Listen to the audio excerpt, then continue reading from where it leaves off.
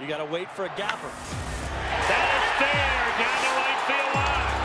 Giambi on his way to third.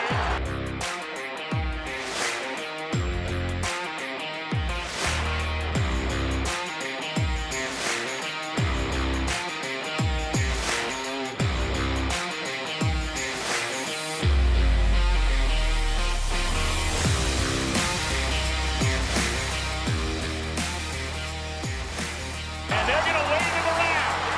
The throw misses a cutoff man. Shot into the plate. Out of the plate. Derek Jeter with one of the most unbelievable plays you will ever see by a shortstop. Live from Chatterbox Sports Studios, it's Off the Bench with Thom Brennaman.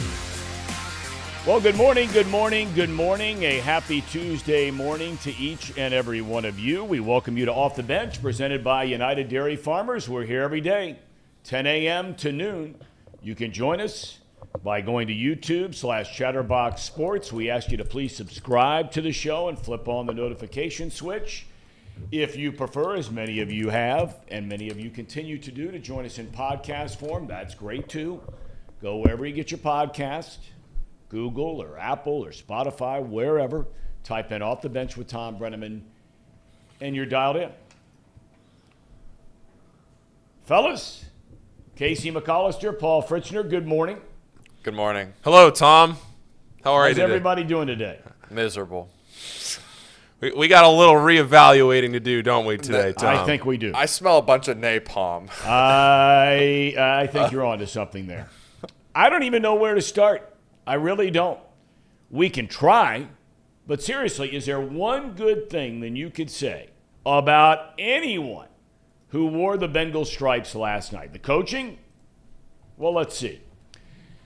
You know you don't have Jamar Chase, so that means you still have T. Higgins, Tyler Boyd, Joe Mixon, Hayden Hurst. It's not a bad group. But then what happens? T. Higgins doesn't make a catch until the second quarter.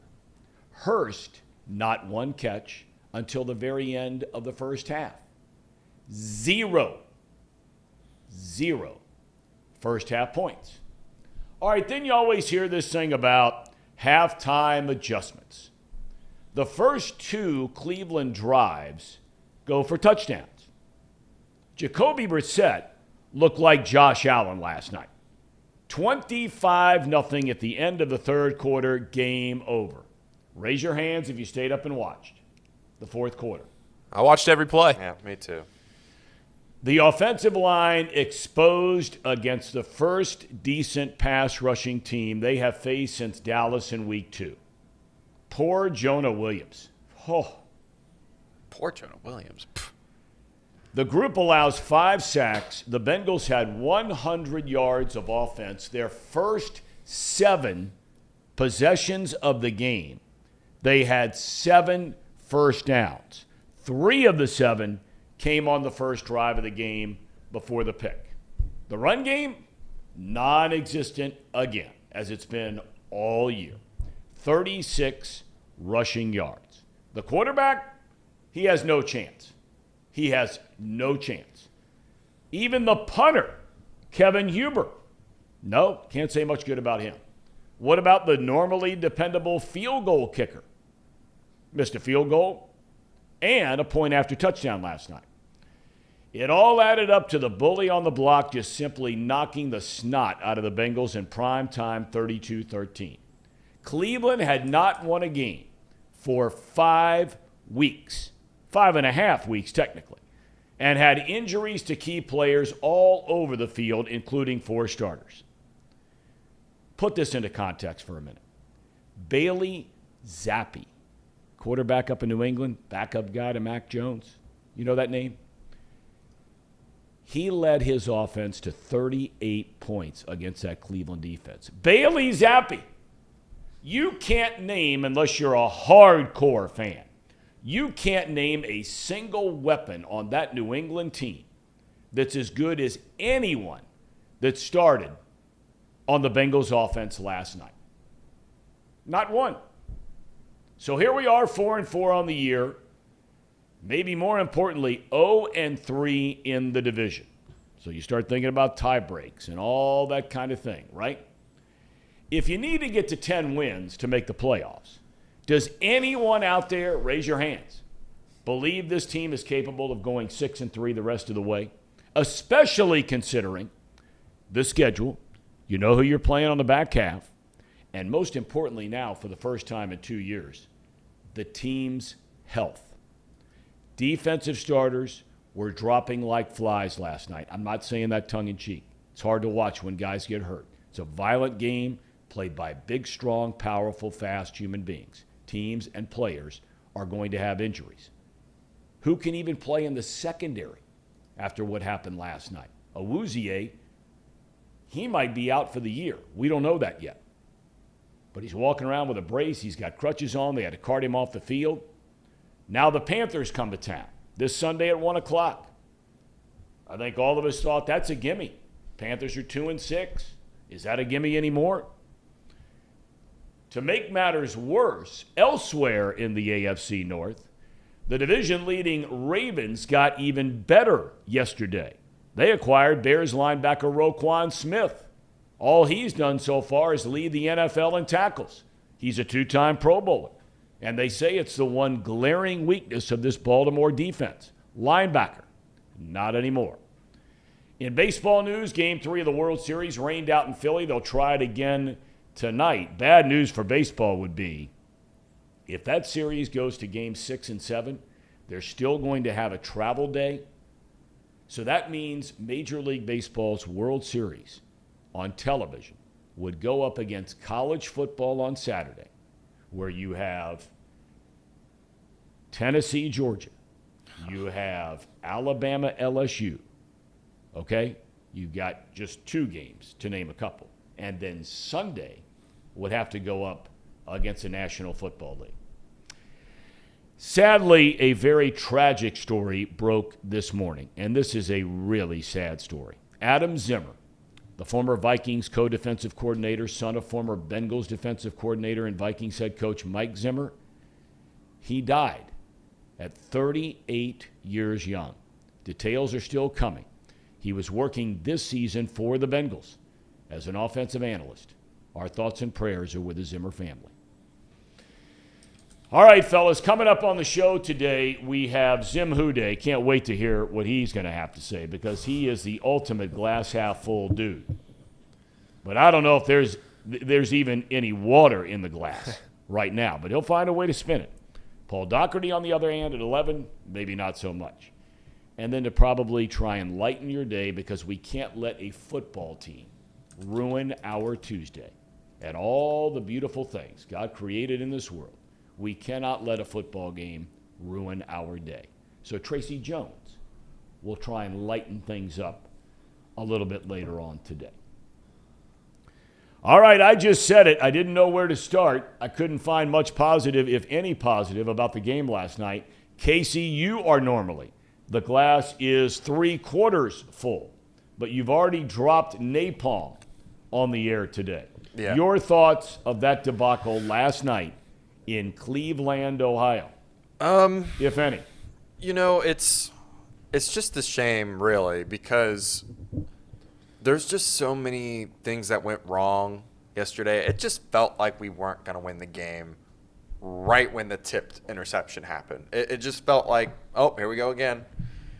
I mean, that was his third time in a row throwing a interception at the beginning of the drive, their first drive against the Cleveland Browns. That was his third time doing that. So it just felt like, oh, it's the same game. It's the same. We're not ready to face them. Bad matchup. Can't defend Myles Garrett and Jadeveon Clowney. But what made matters worse was it felt like going into this game, we had the upper hand in health. We should have been able to do pretty well against them with what we considered T. Higgins at number 1, Tyler Boyd at number 1.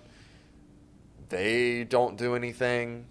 Joe Mixon doesn't do anything. We don't run the ball. the whole. It's more they can't run the ball, but you're right. They didn't run the ball. The first 21 plays, they threw it 17 times. Right, and it's like they didn't even watch any film from the Browns the last 2 or 3 weeks. They just didn't. There's no way they did, because they wouldn't have tried to throw it 17 times. They would have tried to run it down their throats. But what is frustrating is every week it's something new with Zach or a player, and there's never any consistency with what the issue is. 1 week it's the line, 1 week it's Joe Mixon, 1 week it's the defense, 1 week it's Joe Burrow not doing great because of his appendix. It's just there's so many inconsistencies that unfortunately the Bengals kind of stink right now. They kind of stink, and the salt in the wound with Cheeto being hurt for probably the year. It's not looking good. We don't know that yet, so we don't want to get ahead of ourselves. It didn't look good last night. Actually, we do know that. We do. As Casey was talking, Ian Rappaport just said it's likely a torn ACL. Yeah, so I mean that's what just a shame. More Kid's salt to the played wound. his tail off, man. I mean, if there is a bright spot, and there are a number of them on the defensive side, maybe not last night, but the defensive side of the ball has been very good, and he has been, at least, Pro Football Focus stuff, one of the top 2 or 3 corners, if not number 1 on any given week in the entire league. Yeah. What are your thoughts, Paul? Well, what I'm going with here is that I think this was more of an indictment on the Bengals than it was anything for the Browns. I think this was. You still won't give it up. Agreed. You no, still won't give it up to the Brownies. No, I told you this team I did won't. not stink. I won't, and I mean, I really do think that this is way more of an indictment on the Bengals and their injuries and how poorly they were set up to play last night against a team that they did not match up well with than it is against a Browns team that's going to go out there and compete at a high level for the rest of the season. I just really don't believe that at all, and it was really frustrating last night in every facet of the game. You mentioned the kicking, both McPherson and Huber. The run game was completely non-existent. Joe Mixon, what did he even run for 30 yards? 36 was the total rushing number in the game. Yeah, I think he ended under 30. Didn't Joe, because Joe scrambled for the first down. So it was a frustrating game to watch all over the place. You come out of the second half and you think the Bengals haven't given up a second half touchdown this year, and then what do the Browns do? They score a touchdown on their first 3 offensive drives. Just such a frustrating game all over the place. And like I said, now you're in a situation, we were talking about this before the show started, now you're in a situation where if you're the Bengals front office, you have a decision to make. You have a decision as a front office to figure out, and only you really know the answer to this. Sure, we just heard about Awuzie, but you know as a front office how hurt DJ Reader is, how hurt Eli Apple is, Jamar Chase, some of these guys that are important to your team that you haven't fully announced how long they're going to be out yet. Is Jamar Chase going to be out longer than 4 to 6 weeks? Sometimes you start to ease into that, and then as those injuries go along, they linger. Yes, you have the bye weekend there. It is a little encouraging that they didn't put him on the IR, so maybe that tips your hand a little bit that they say, okay, maybe he's not going to be out 7, 8, 9 weeks. But the trade line's today. The trade deadline is this afternoon. So you have a decision to make as a front office where you say, free agent-wise, you're not losing everything at the end of this year, right? You still have one more year with most of your core before you have to go out there and make. Some of the guys on defense, as Casey pointed out before the show, some good players on defense. But right? You got Von Bell, who? DJ Reader? That are off contract this year. Yeah. It's Jesse Bates, Von Bell, Jermaine Pratt, and then you got guys like Trey Flowers. Yeah, they're okay. But I mean, Von Bell's the only guy. I mean, Logan Wilson, you'll think you can give him a or you've said Pratt. I'm sorry. Pratt. Yeah, they're okay there. But in general, you have one more year with this core before you have to go out there and make decisions in free agency. So what that tells me is you have a decision to make today before the trade deadline as a front office. You can either punt on the season.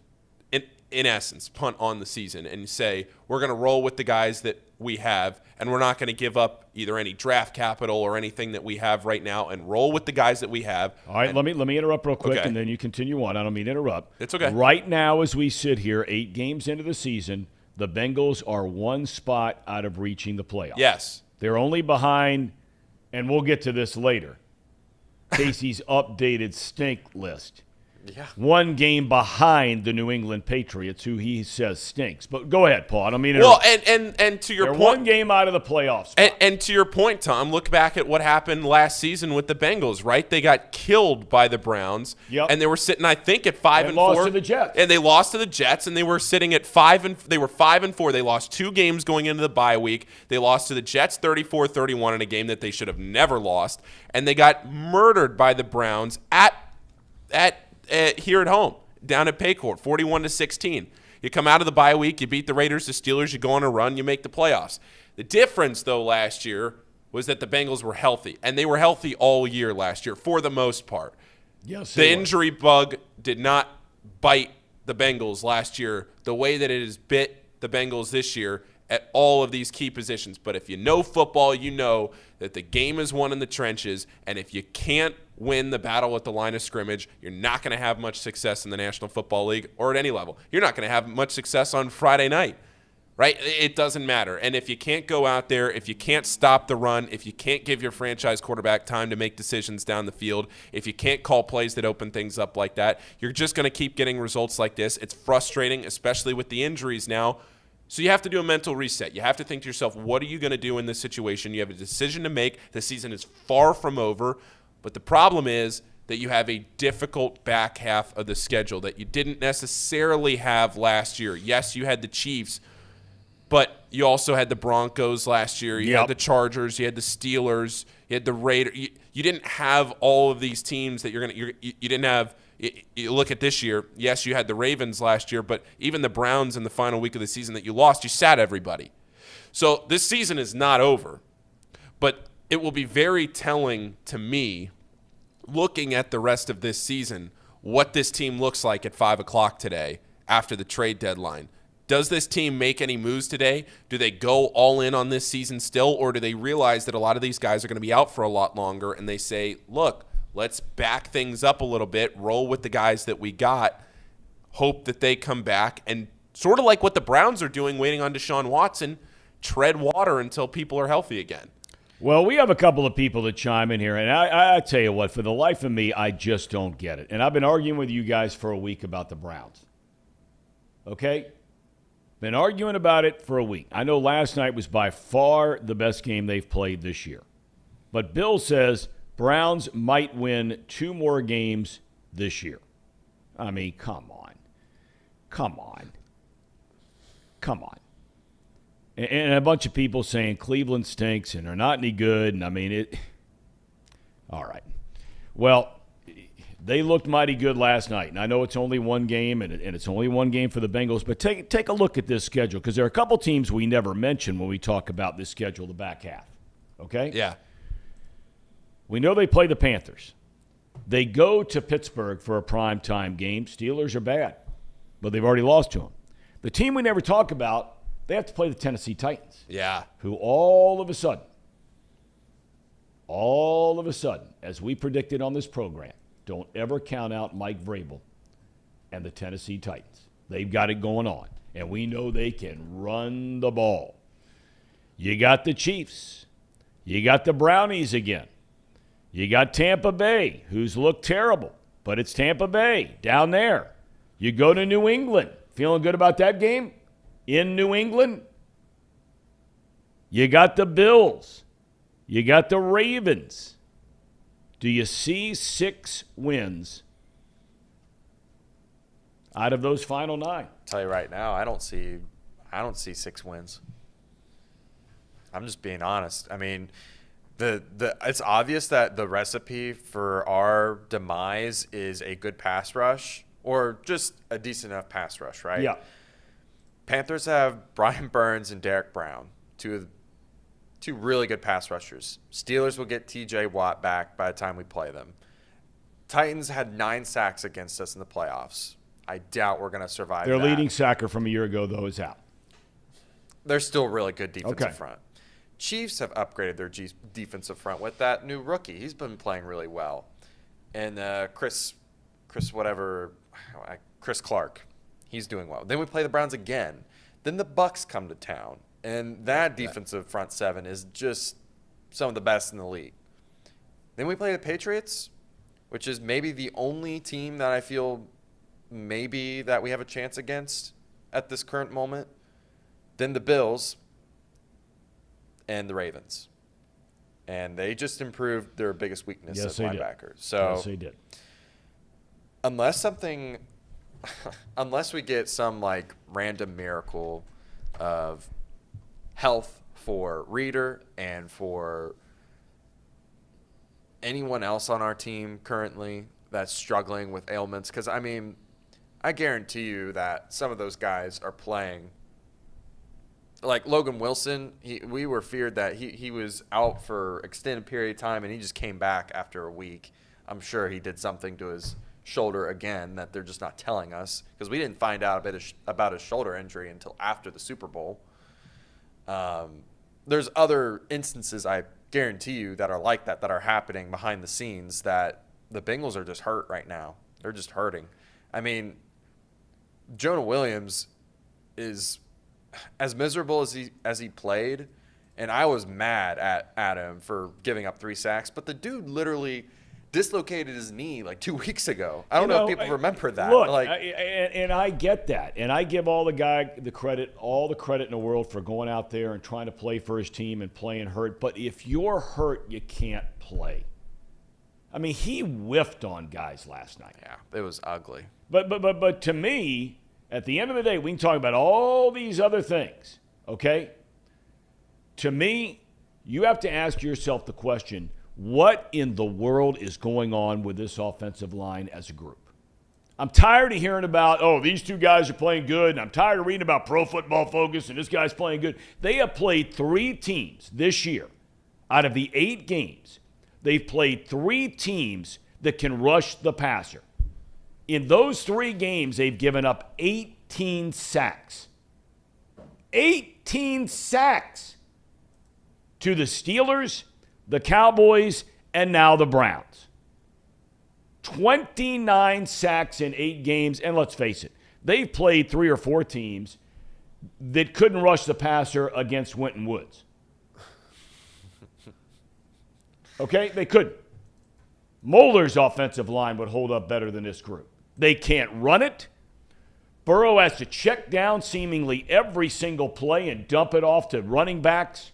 He can't even get his feet set dropping back, 3-step, 5-step drop in shotgun, or 7-step drop under center. He can't even get his back foot set before he's running for the hills. That is the number one glaring weakness on this team, to me, by far. I said it before, I was not buying the 30-plus points against both the Saints and the Falcons. I wasn't buying it. There's nothing you can tell me that this offense has done, even before Chase got hurt, outside of those 2 teams, that they have been able to do against anybody else. Nothing. They were 3 big plays away from having a terrible night against Miami. Most of that game, they looked inept on offense. They hit the big play to Higgins right before halftime. They hit the big play to Chase. And look, you can't say, take away 2 plays. It's part of the game. I get it. But if that's the other game you're going to reflect on and say they look good, they did not look good. Yeah. This offensive line is terrible. Yeah, I mean, I don't know what is holding them back worse. Is it the offensive line?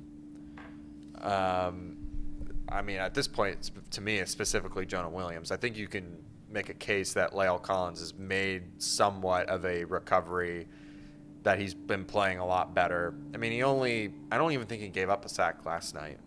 I don't think. I can double check that. And okay, but they still can't run the ball. They still can't run the ball, and I don't know. To clarify, I don't think that it's actually players. I think what the issue is is knowing what our team can do and cannot do. And the Bengals think that they can get by without any misdirection or just lining up. They think they can just line up and beat their guys one-on-one every single time. And that's just not how the NFL works. Like, T. Higgins and Tyler Boyd, I never see them cross. They don't line up in trips. They don't do any of that. They don't do any – it's just tough to watch because if we had a guy like Andy Reid on our coaching our team right now, that this would be one of the best offenses in the league. Well, you sit there, the best shot for television to really get a good idea of what's going on of a play design is that camera you see at the big games, and they had it last night on Monday Night Football, of that camera that sits above the line of scrimmage. Yeah, right? like the sky cam. And multiple times, sky cam, thank you. Multiple times last night when they would run a replay of that shot, and most of the time they were running the replay showing where a Cleveland defender beat somebody on the line and sacked Burrow or forced him to make a bad throw or forced him to hurry, whatever it might be. But if you really pay attention to the routes, and this is what you're talking about, Casey, if you pay attention to the routes, there were multiple times last night where you'd see in 3 and 4 receiver sets, you've got 3 or 4 guys running down the field 15, 20 yards. You don't protect well enough to run those routes. And that's what you're talking about. Yeah. I mean, it's got to be the slant stuff. It's got to be the pick stuff. It's got to be that stuff to free. I just don't know how you go into that game. And look, I don't want to claim to sit here and be some offensive X's and O's. I'm not that guy. Okay, I'm not. But I've watched enough football where how in the world do you go into that game and T. Higgins does not catch a pass until the start of the second quarter, and Hayden Hurst does not catch a pass until the final drive of the first half? Yeah. You've got 4 primary – and then, of course, God bless Michael Thomas, okay? He's a backup for a reason. But the one time you throw him the ball right down the middle of the field, he's wide open and straight whiff. Yeah, that's terrible. I mean, and I'm not going to beat him up. He's a backup player. He's busting his tail. It's the guys that are getting paid the big bucks, including the coach, the guys that are getting paid the big bucks to figure this stuff out. And whether that's a lineman, and they revamped that line, they spent a fortune on this line, whether it's the other 4 weapons, which are better than most teams' 4 weapons, even when most other teams are healthy. You would trade, if you're another team, you would trade straight up your skill guys for the quartet of Higgins, Boyd, Hurst, and Mixon. Yeah, and most cases, not all, but most. Another thing that's very puzzling, this is very minor, but something that a lot of people noticed on Twitter, Chris Evans makes a beautiful back shoulder catch 25 yards down the field and only has one other snap the rest of the game. And Michael Thomas, who drops a ball wide open, gets 18, 20 snaps? Are you kidding me? Let Chris Evans go out there and run routes. It's clearly easy to see that he can do it much better than Michael Thomas can.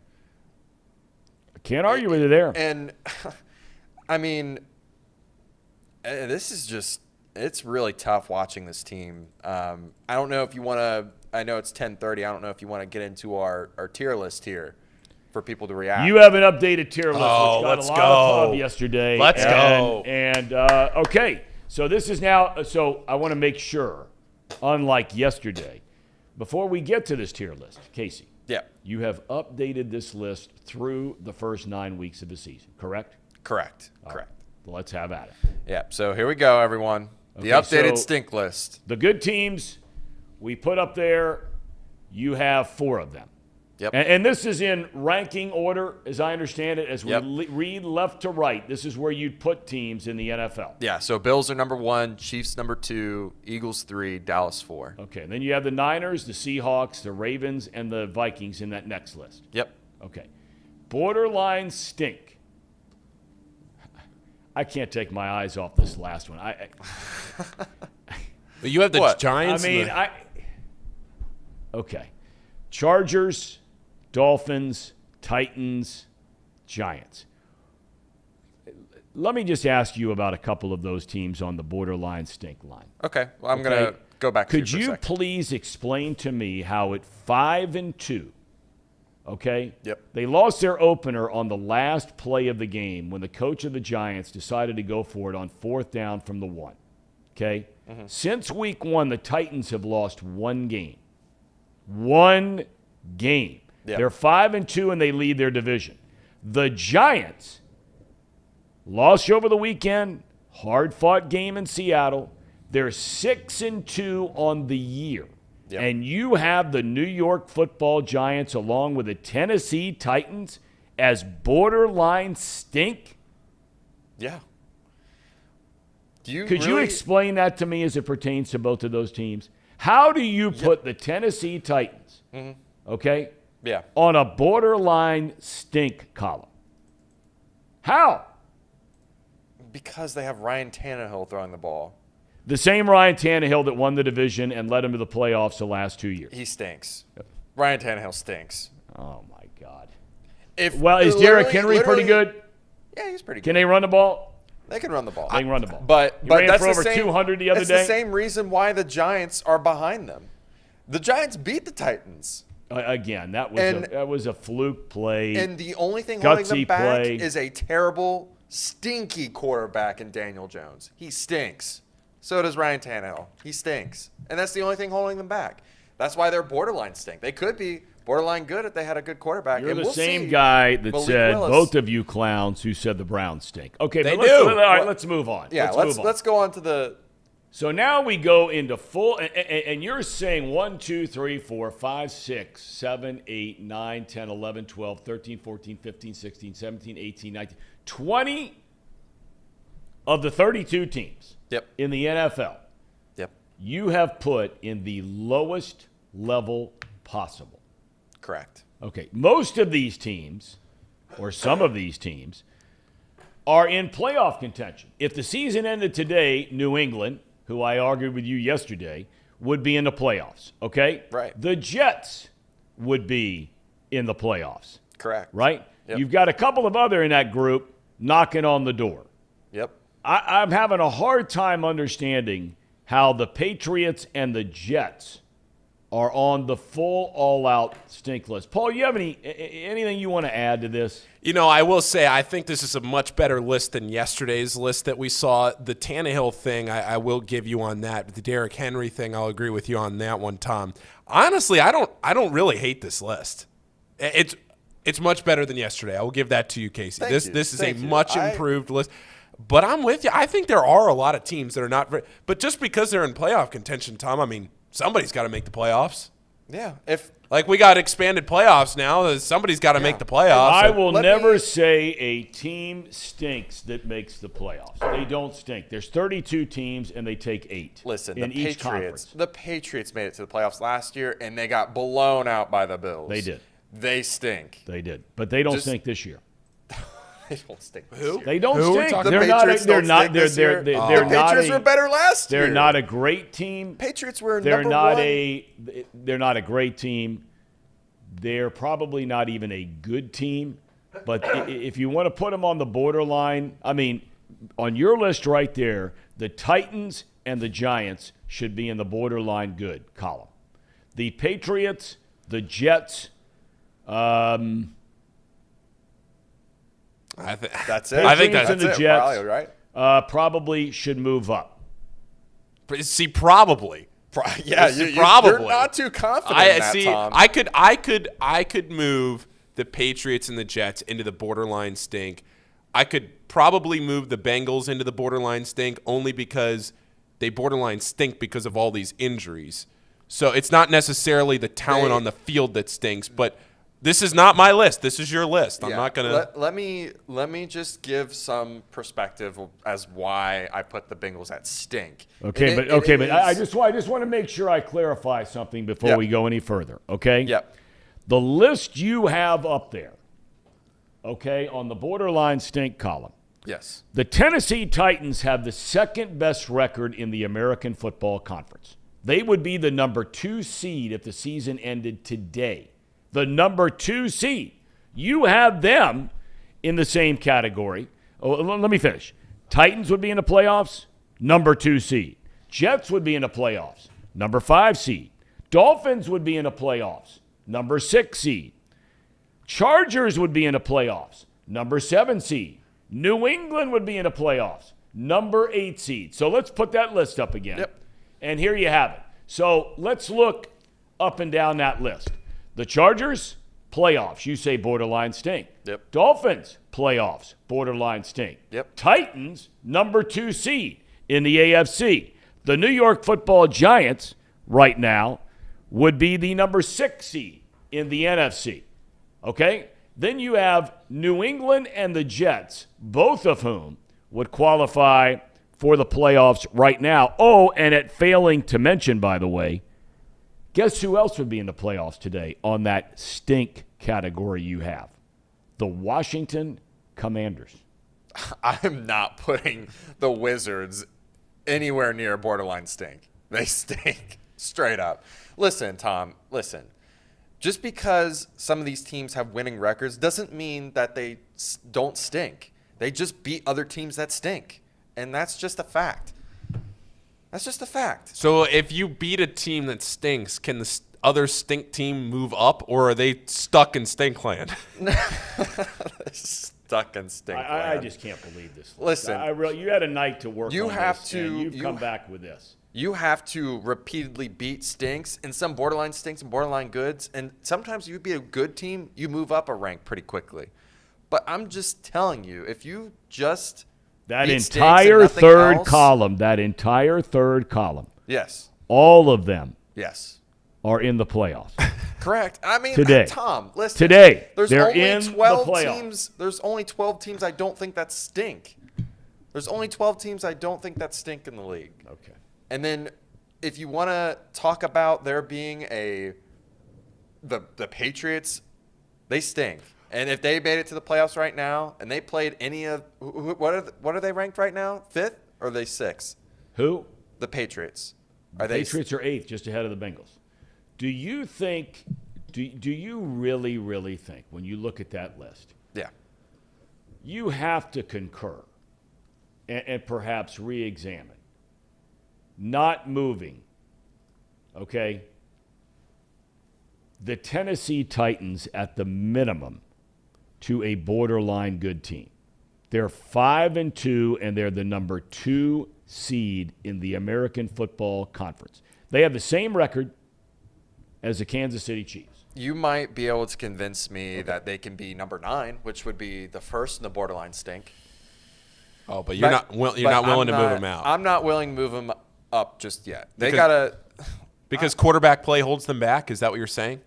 I agree. Tannehill's terrible, but Tannehill is not terrible. He's not terrible. He's not elite. Listen, he's look not at their Mahomes. wins. He's not Josh Allen. He's not a number of guys that we could put up there. Jalen Hurts. But Ryan Tannehill is not a terrible quarterback. He's just simply not.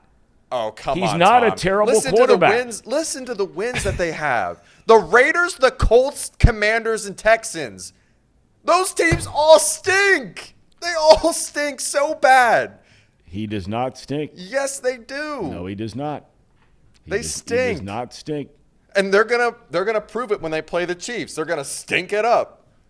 Patrick Mahomes is gonna throw for 400 yards on them, and you're gonna come back and say, man, the Titans kind of stink. Month of October, Ryan Tannehill, the entire calendar month, did not throw a single interception. Well, good for him. Wait a minute. Is it better than Burrow? I'm not saying he's better than Burrow, but I'm saying in the month of October, Burrow had some monster games. There's no doubt about that. But let me ask you this. We watched Josh Allen the other night turn it over twice in one game. All I'm saying, and I'm not comparing Tannehill with those guys, all I'm saying is the job he is asked to do with that team and the way they are built, and they are built to run the ball and play good defense. So, what do you say about the quarterback? He becomes a game manager. Part of managing the game is not putting your team in positions to lose games by turning the ball over. Tannehill plays the entire month of October and does not have a single turnover. Something to be said for that, or no? You can dismiss that outright? Well, when you only have 146 attempts the whole entire season, we're in, 8 weeks right now? Well, he only attempted 66 pass attempts the entire month in 3 games. That's miserable. That means they're not trusting him to throw the ball. They're literally going to run Derrick Henry into the ground again. And it's not going to look pretty by the end of the season. Okay. It's the whole reason why they lost last year. Well, let me go back even a little bit further. The first 2 games of the year, he turned it over 3 times. Okay? Yep, against good teams.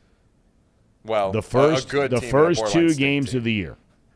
Since then, he has turned it over going back to September. He's turned it over 1 time. Oh, and by the way, in their last 4 games, they're undefeated. And you can say, well, look who they beat. Well, okay, that's fine. But again, you play the teams in your division because you have to play them twice a year. All right, so they're blessed that they're in a really bad division. The Colts, Jacksonville, although that's not they haven't played them yet. Who am I forgetting in that division? They play Houston, Jacksonville. So, and it's Colts. a terrible division. Yeah. Okay, terrible division. But Tannehill does not stink. He's not an elite quarterback, but he's a guy that has proven year after year after year that if you surround him with the right pieces, you have an identity of what your offense is. Ryan Tannehill can get you to the playoffs every single year. Granted, in a bad division, but get you to the playoffs every single year. Well, listen, Tom. They play Kansas City, they play Philadelphia, and they play Dallas, all of which I have in the good team category. Okay. Currently. Okay. If they manage to pull off 1 win against one of those teams, I'll move them up to borderline good. How about that? If they manage to what? If they manage to sneak a win. Hold on a second. Reed Mouse, by the way. Just let me just give you this updated statistical run on Mr. Tannehill. Oh, God. Okay? How about these numbers? Reed Mouse, thank you. How about these numbers for Tannehill? The last 3 seasons, 82 touchdowns, 30 picks, a win-loss record of 34-15. 34-15. So, okay. It's pointed out by Andrew, and Andrew, we would agree. Bengals would win the AFC South. All right, we agree with that. But, I mean, look, Andrew, I mean, we love you being here every day. So where would you – where? That's what, if a toad had wings, he wouldn't bump his ass. That's a great point, Thom. All right? I would probably put Tannehill – see if you agree with this one. I'd put him 15th in the league. That's about right. Okay. It's about right. All right, so then we're on the same NFL. page. Yeah. Yes, I won't argue. That's why I'm saying. I'm not sitting here saying he's a great quarterback. Yeah. What I'm saying is that he will not hurt his team and will not be the reason they lose games. Now, he may not be the reason they win games. Yeah. But he doesn't lose games. Is that fair? Yeah. He loses games for them. I mean, he did. He's 34 and 15. He did it in the playoffs. He did it in the playoffs against the Bengals. 3 interceptions. That's 1 game. He can't do it against good teams. Okay. Can't do it against good teams. Okay, fair enough. Well, we'll see. He's got plenty of good teams to play against. All right, I understand that. Is Zim here yet? No, he's not here yet. Okay. Well, I will shoot him a text. I just got a message from Paul Doherty that he cannot join us today. He did not realize, as you know, he's taken on another job of working at the golf course cleaning golf carts. So he screwed up his schedule, and so he has to work at 11 o'clock today. Let's get him on from a golf cart. Well, that'd be great. Let's call in. Okay, so I will check in with Zim right now and see what's going on, because if there's anybody on the planet who can spin something good out of what we watched last night, It's Zim Houday. It's Zim, for sure. Is. I just put on. I'm clicking on yes right away. I was just about to say. Does Casey's new list stink? And that is definitely in the stink category. We need people to vote on that list and see if the public agrees with my list or not. I'm just telling you, those teams. Here's the thing: we got to define what stink is. Stink to me, if you're going to be one and done in the playoffs, that's what the Bengals were for 5 years in a row. That stinks. That stink. Straight up. You can't be good and go one and done. That's what the Patriots are, so they deserve to be in stink. The Jets, they stink. Borderline stink, they might sneak out and win the playoffs.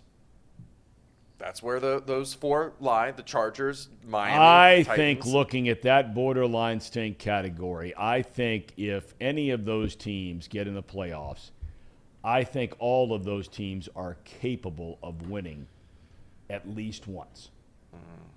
All of them.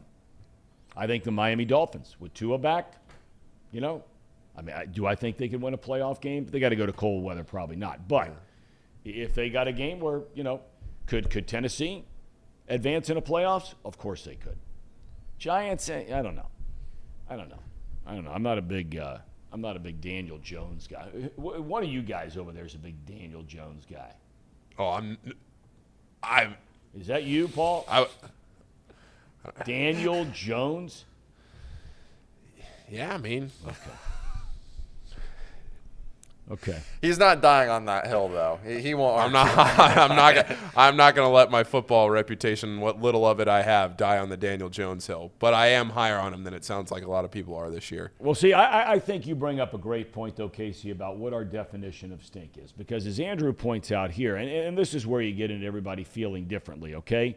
Stink, to me, according to Andrew, is do you have any chance of winning the Super Bowl even if every conceivable break goes your way?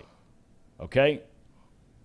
Well, I don't think that's fair. I don't think that's fair to say a team stinks just because they can't win a Super Bowl.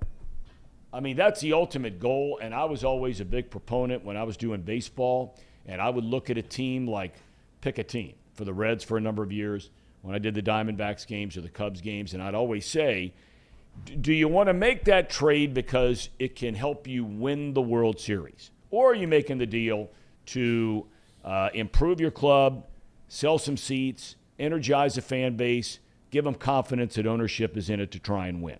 Okay? Most of these teams are going to feel very good about themselves, and they should feel very good about themselves if they make the playoffs. That does not constitute a team falling under the category of stink. Now, you can have different levels, as you pointed out. You play in a bad division. I mean, right now, when we saw them last week, they looked terrible. The Atlanta Falcons, they looked awful, right? But right now, they would be the division winner of a very bad division. The AFC South and the NFC South are terrible divisions. We all agree with that. But the Falcons would be in the playoffs. Jets would be in the playoffs. Commanders would be in the playoffs. New England would be in the playoffs. That doesn't mean they stink. Doesn't mean they stink. Does it mean they can beat Buffalo, Kansas City, the Eagles, some of those teams? No, it does not. It does not mean they can't. But it doesn't mean the team stinks. Well, on my list it does. Okay.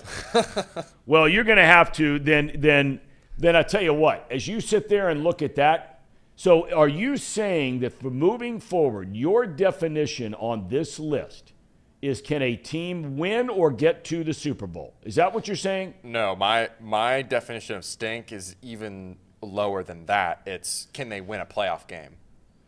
And most of those teams cannot win a playoff game right now. Okay. All right.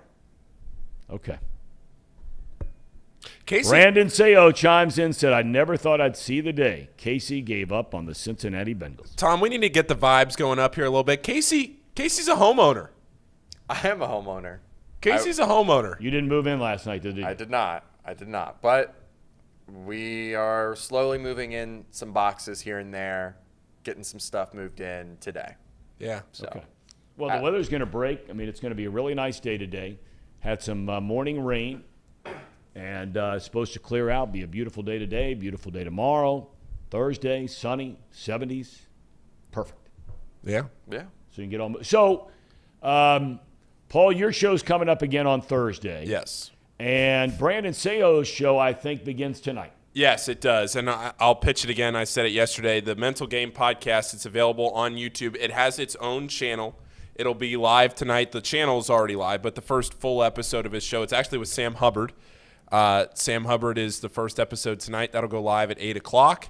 And it'll be also available in podcast form on Apple Podcasts, Spotify, Stitcher, Google. You can go ahead and subscribe on all of that right now. I see Brandon in the chat talking about it.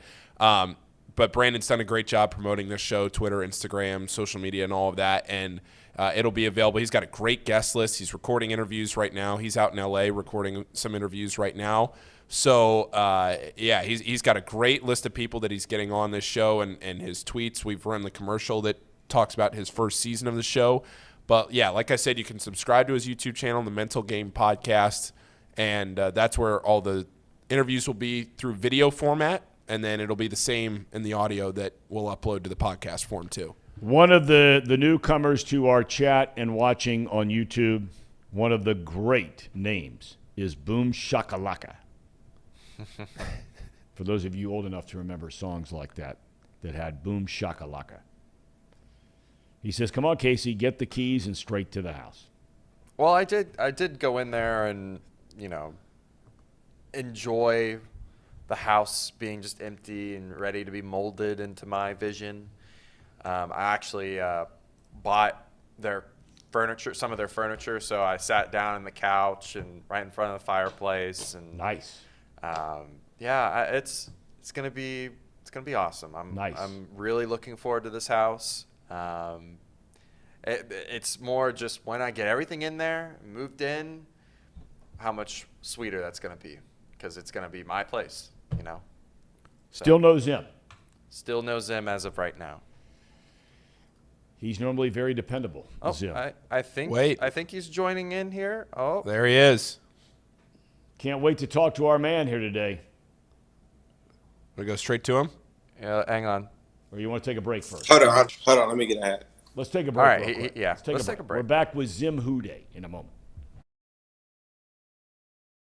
At United Dairy Farmers, we've perfected freshness in our family bakery, where we use only the finest ingredients, like thick, high-quality glazes on our signature donuts, before delivering them fresh from bakery to store every day. UDF, made for you. If your AC or furnace is struggling, turn to the experts at Bartell's Heating and Cooling. Their certified technicians get the job done right the first time, and if you need a new unit, Bartell's will give you upfront pricing with no hidden fees. Plus, ask about Bartell's 0% interest financing for 60 months. Learn more at bartellsheatingandcooling.com.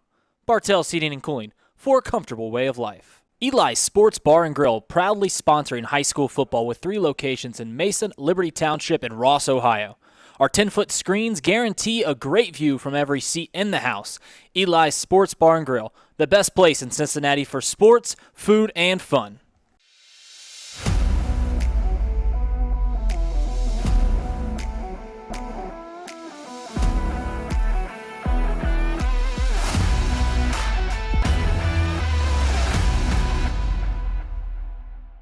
Where can you turn when you're in pain?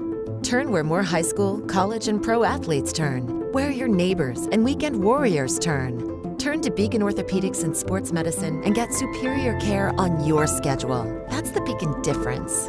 Check out our fresh arrivals at Jake Sweeney Used Cars. Over 250 used vehicles weekly. All makes, all models. From economy to luxury, Jake Sweeney, the original used car superstore. JakeSweeney.com.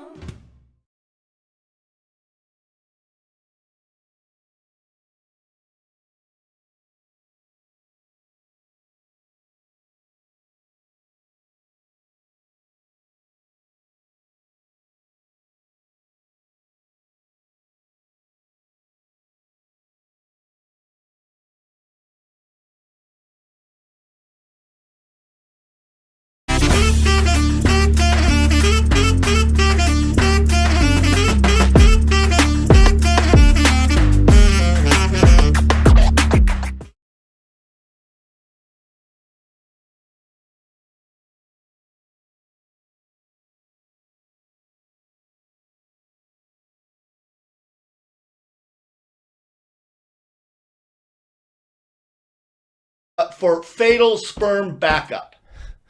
Oh, my God.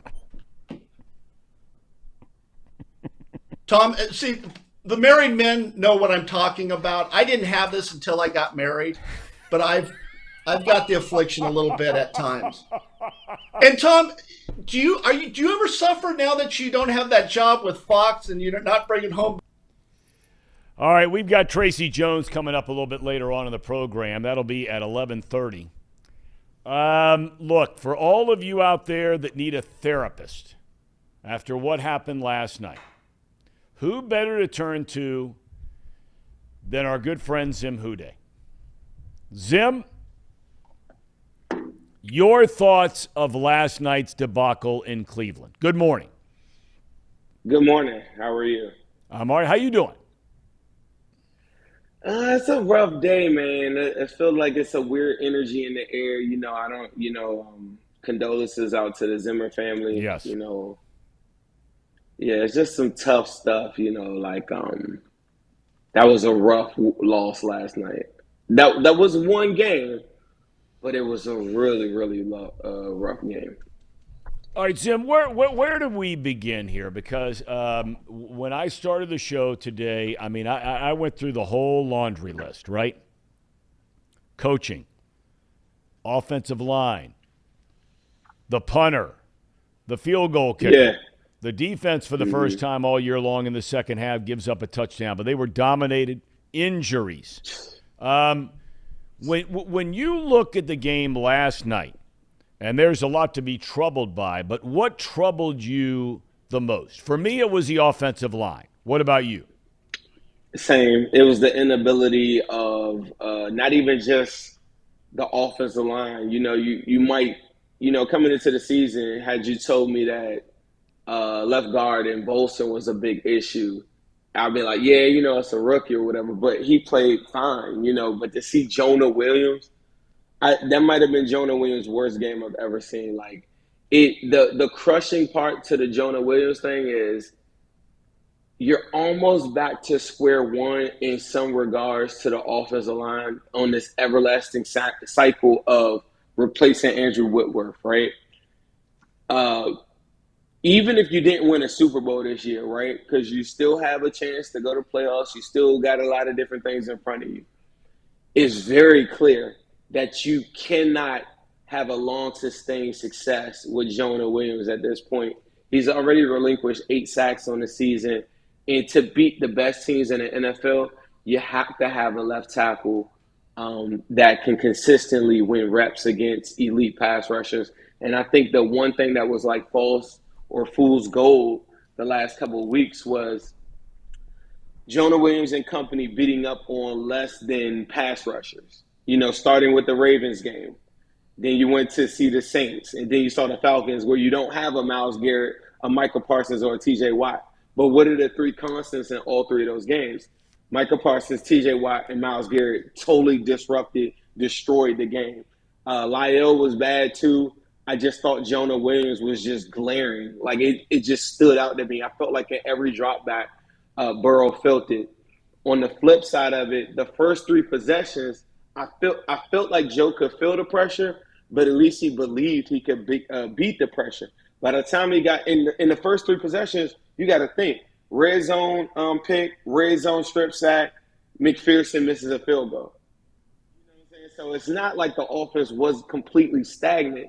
It had so many glimpses and resemblance of last year, every aspect of it, minus the catastrophic injury to your best corner on your team, which is something that I just don't know what they're going to do to come out of it. I have some ideas, but you can't replace a Chidobe Awuzie, period. The run game again. And this starts again with the offensive line. Although, I continue to come back to the coaching and the play calling. The Cleveland Browns defense I brought up earlier. Okay, you give up 30 to the Chargers. You could see how you give up 30 to the Chargers, but they gash the Cleveland defense running the ball. Bailey Zappi scores 38 points against that Cleveland defense for New England. 38. And yet, of the first 21 plays of the game, 17 of the 21 are passes. Now, in fairness to the offensive line, okay, and I've heard a lot of guys talk about this before, guys that play the game, guys that coach the game. Offensive lines can get into a pattern where they're all the time, because you pass so much, you're on your heels all the time, trying to protect the quarterback, rather than taking off and hitting somebody. When you only run the ball 4 times of your first 21 plays, you're not asking your offensive line to go hit anybody and even try the run game. Is that fair?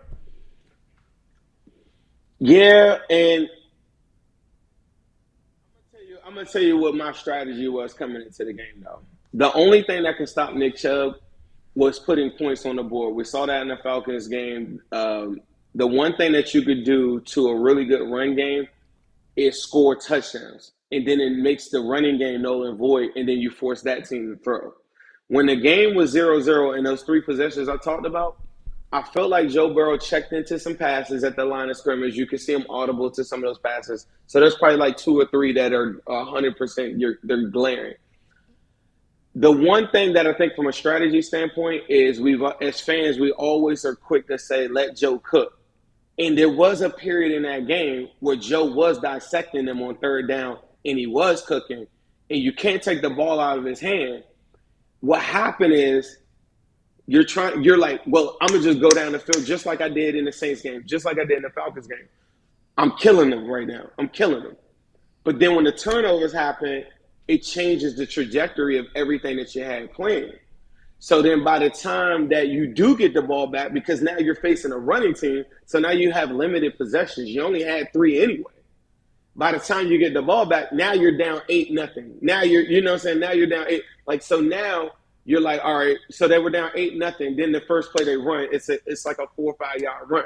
But now the clock is ticking, and you're like, dang, I got to go pass. I'm in a 2-minute drill. So every chance that you wanted to run, you couldn't even do it because your initial strategy failed.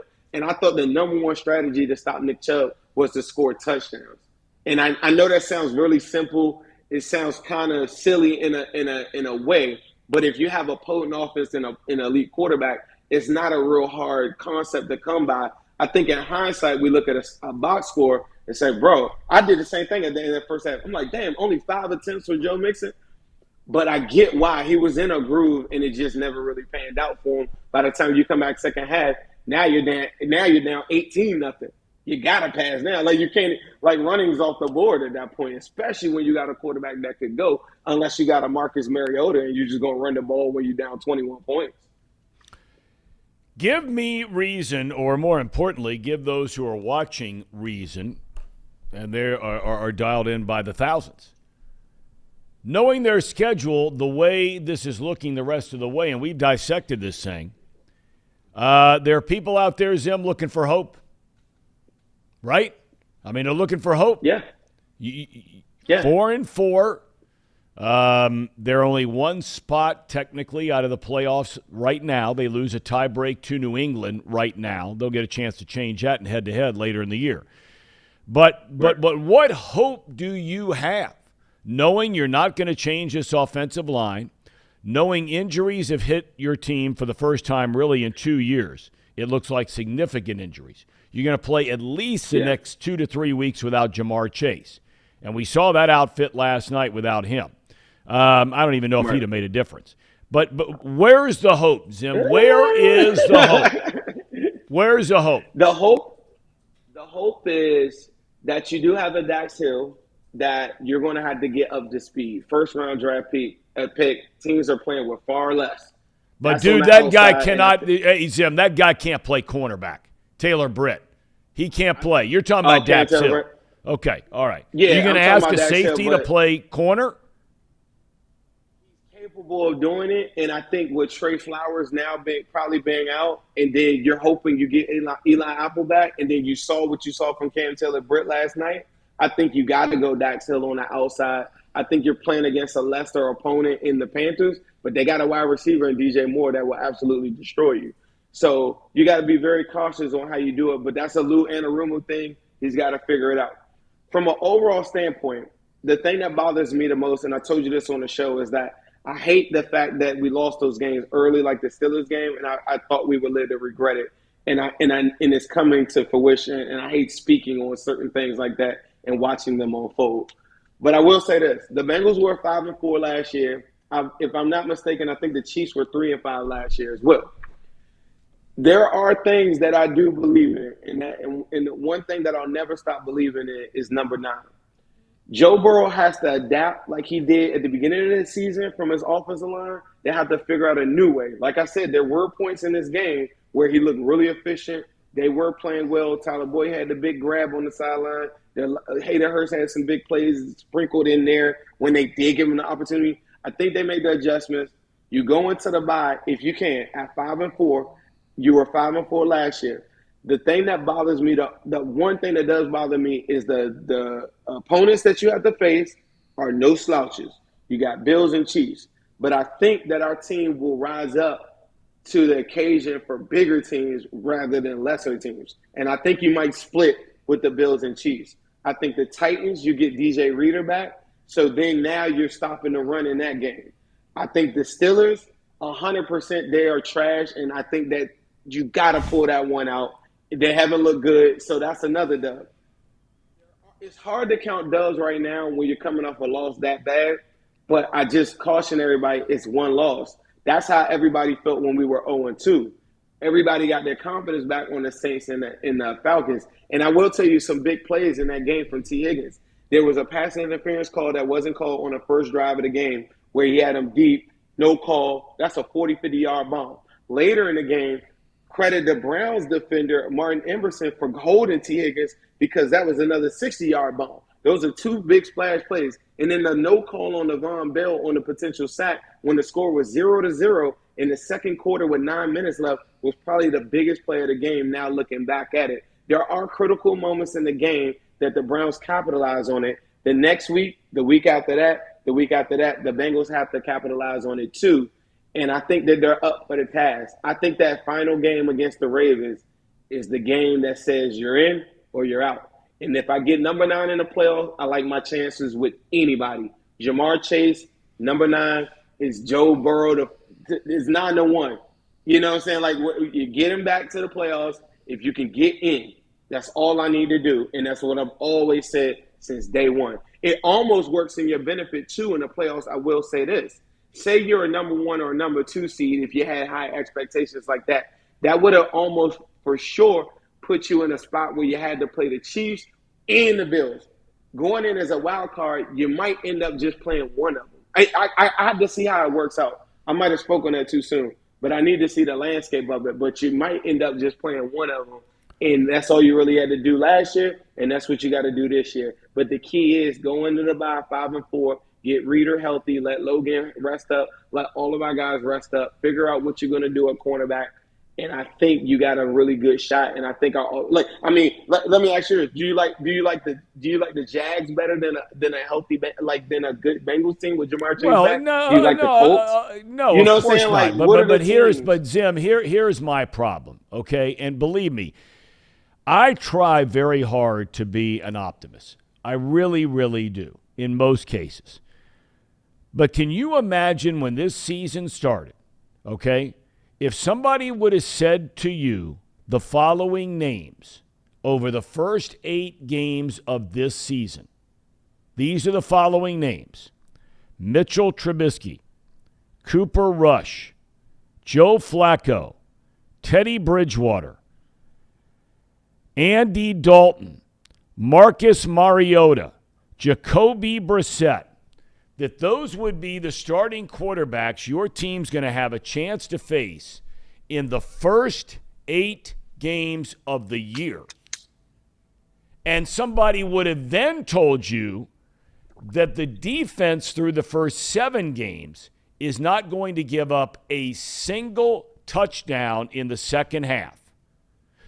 Of all the stats and all the people we could talk about, if I just asked you that question with those names I just gave, knowing what your defense did through the first 7, and you're only 4-4, I'm having a hard time finding it, Zim, and I'm with you on Joe Burrow. I love Joe Burrow. I was on your show last week, you and Ace Boogie. Appreciate that. On Cincinnati. We loved it. Loved every minute of it.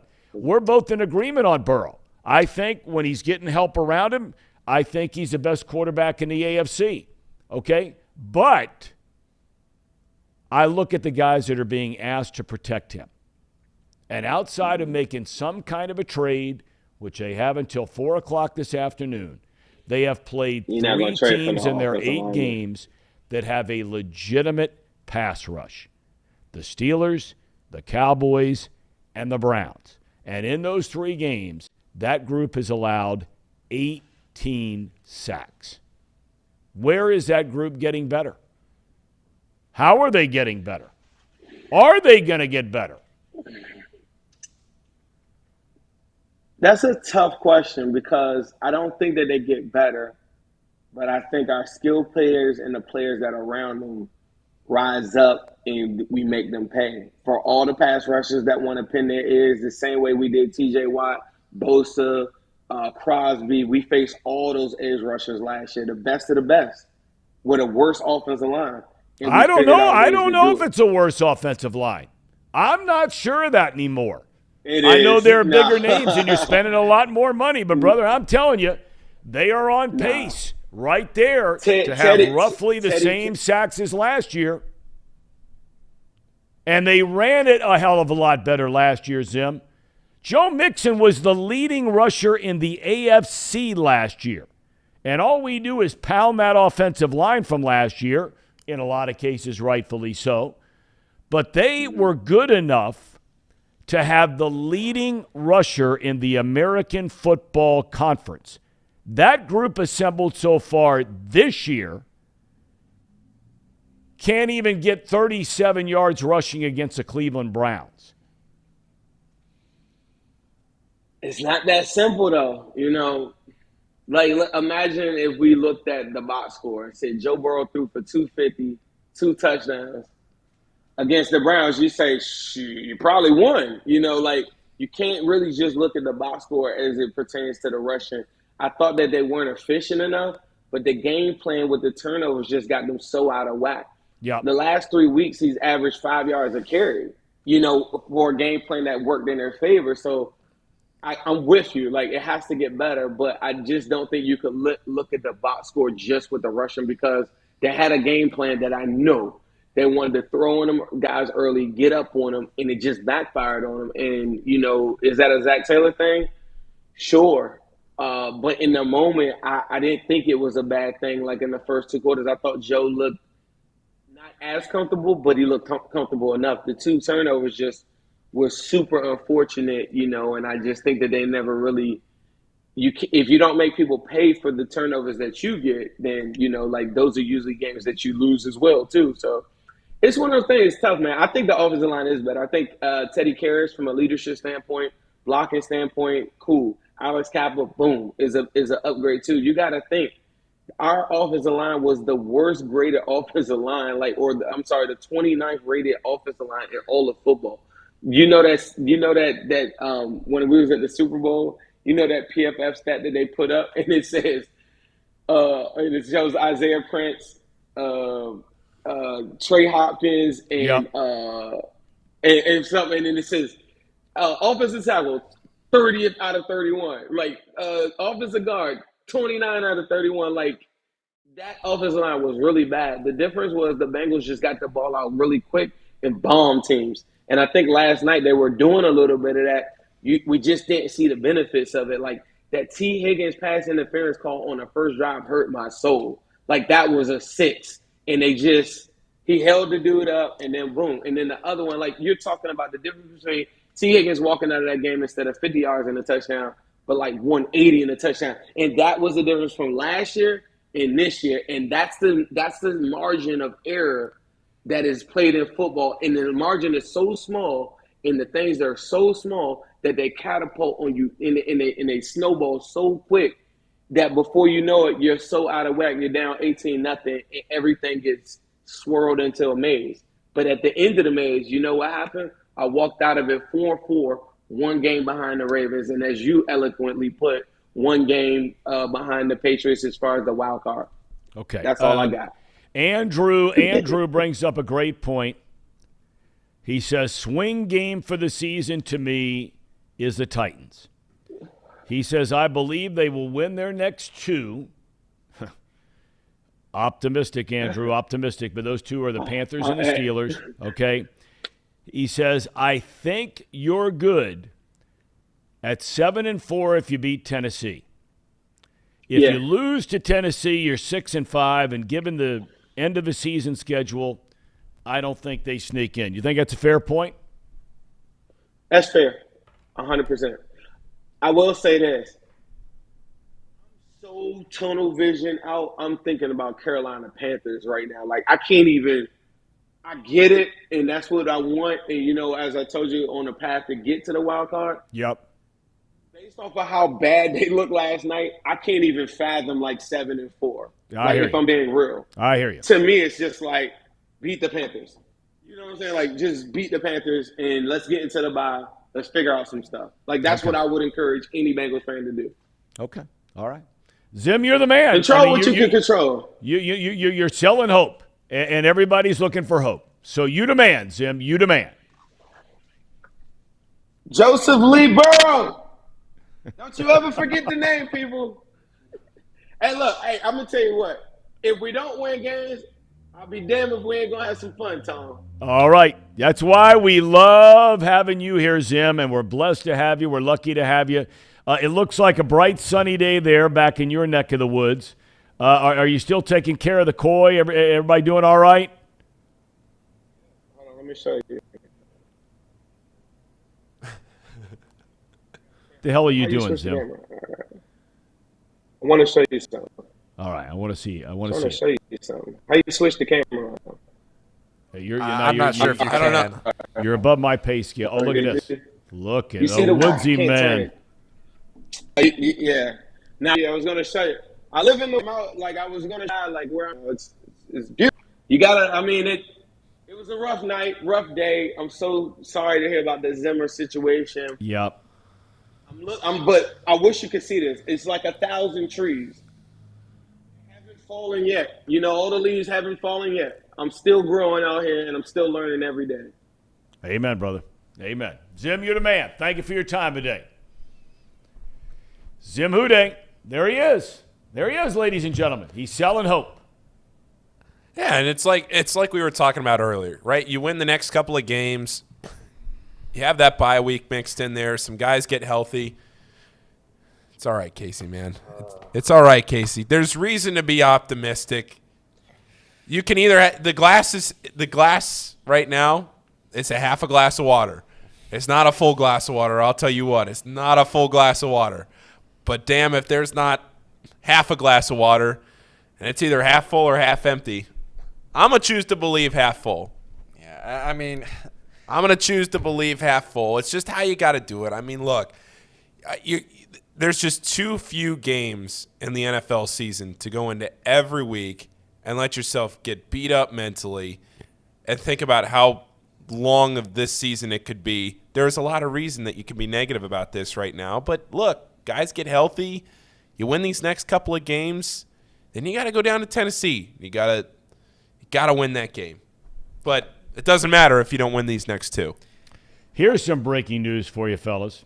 A team that is not happy with the way things are going on offense. They benched, of course, their starting quarterback a week ago in Matt Ryan. The Indianapolis Colts today have fired their offensive coordinator, Marcus Brady. Gone. Frank Reich. Colts offense has scored 17 or fewer in 5 of their last of their 8 games this season. They're 3-4-1. Sam Ehlinger replaced Ryan, as you know, last week, and they lost 17-16 to the Washington Football Wizards. You know, one thing I forgot to mention tonight is going to be very interesting. It is the first college football playoff rankings being announced tonight. And, of course, Maction, The Ohio University. Big one tonight. Yeah. Big one. Huge but anyway, one. so this is really going to be interesting tonight because you have, 6 unbeatens left? Is that right? I think you have Ohio State, Clemson, Georgia, Tennessee, TCU, Michigan. And Michigan. You've got 6 unbeatens. Okay, and there's been a lot of talk, a little bit of movement this week. Tennessee, for example, moved up into a second-place tie in the AP voting with Ohio State. Georgia, number 1. Michigan's look really good. Clemson is kind of, but they're still undefeated. They've got some quality wins. They go to South Bend this weekend. That could be an interesting game. Yeah. Notre Dame, they've been up and down, but that's Clemson going to South Bend. And then you got TCU. Plays Texas Tech at home this week. They go to Texas the following week. And then they have Baylor left on their schedule. It's going to be really interesting to see. And, of course, 2 of those teams play one another this weekend, Tennessee and Georgia. So one of those will drop into the off the ranks of the unbeaten, right? Yeah. So I think that is really going to be – give me right now, before we take a break and get to Tracy, give me right now who you think the top 4 teams will be in no particular order. Okay. But who do you think they will be? Go. You want me to go first, Casey? Or You go first. Go okay. ahead. I'll give you Georgia, Tennessee, Ohio State. Who's that 4th? Is it Clemson or Michigan? To me, it's got to be Michigan. What will the committee do? I think it's Michigan. I think Michigan gets that 4th spot. I think we all agree Michigan has looked like the superior team. If they played, you'd bet on Michigan to win the game, take point spreads, whatever it is. But I think there is a case to be made that Clemson, if you buy into some of these rankings with the ACC, I don't know so much if I do, but Wake Forest has a good team.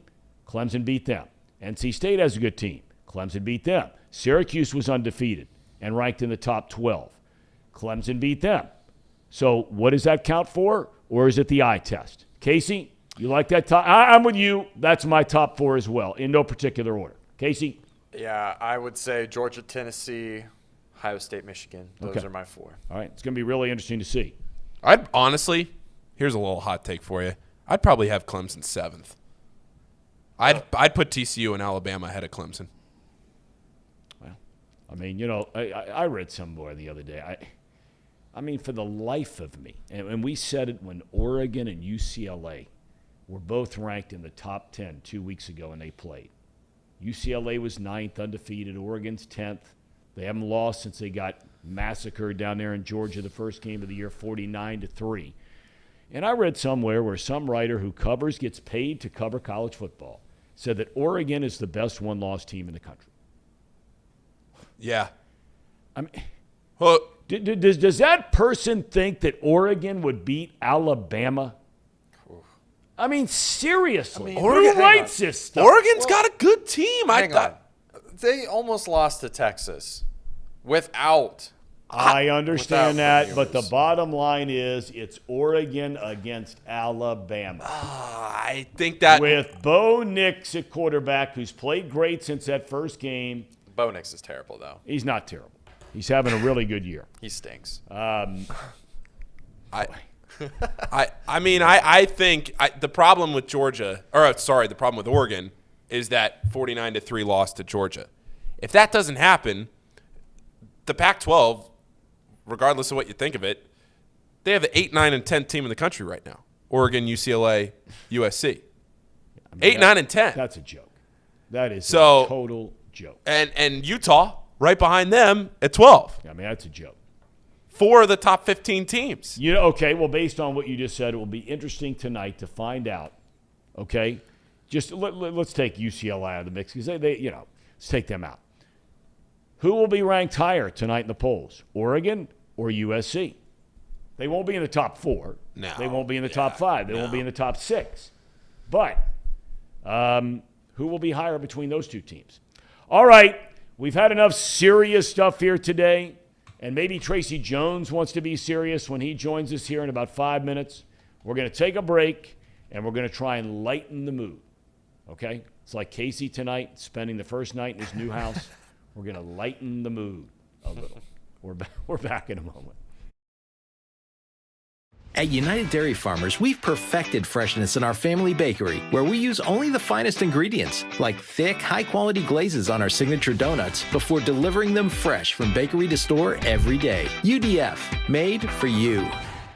If your AC or furnace is struggling, turn to the experts at Bartell's Heating and Cooling. Their certified technicians get the job done right the first time, and if you need a new unit, Bartell's will give you upfront pricing with no hidden fees. Plus, ask about Bartell's 0% interest financing for 60 months. Learn more at bartellsheatingandcooling.com. Bartell's Heating and Cooling, for a comfortable way of life. Eli's Sports Bar and Grill, proudly sponsoring high school football with 3 locations in Mason, Liberty Township, and Ross, Ohio. Our 10-foot screens guarantee a great view from every seat in the house. Eli's Sports Bar and Grill, the best place in Cincinnati for sports, food, and fun.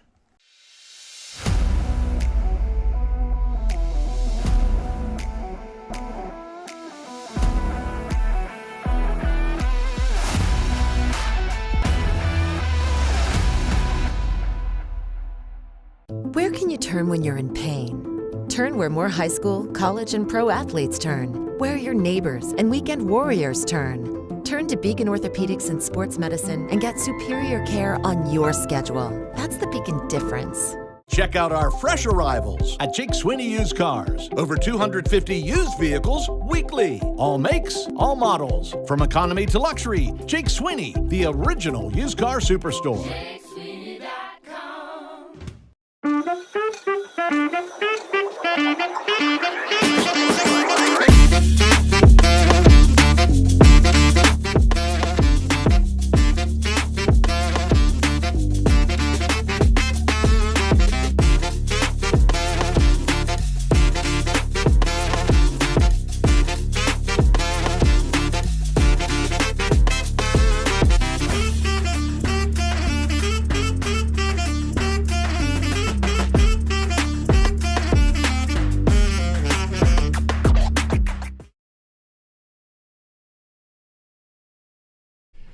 All right, welcome back to Off the Bench, presented by United Dairy Farmers. Each and every Tuesday and Thursday, we call it the best 30 minutes on television today. Better than anything you're going to find on, Amazon Prime or Netflix or certainly network television. And that is our bi-weekly visit with our good friend, Tracy Jones. Oh, that's right, Tracer. You're down in Florida on this second vacation within the last, 2 weeks? Caught a situation again, Tom. I'm paying all that money to stay here, no cable, so I didn't get a chance to watch the Bengal game. I heard it was a disaster, problem with the offensive line once again. And then I'm too far away from the water, as you can tell. I mean, I thought I was going to be a lot closer, and I'm probably, 20 yards, to the water. It's one thing after another. And I'm not a complainer at all. But, this is it. I'm tired of being taken advantage of.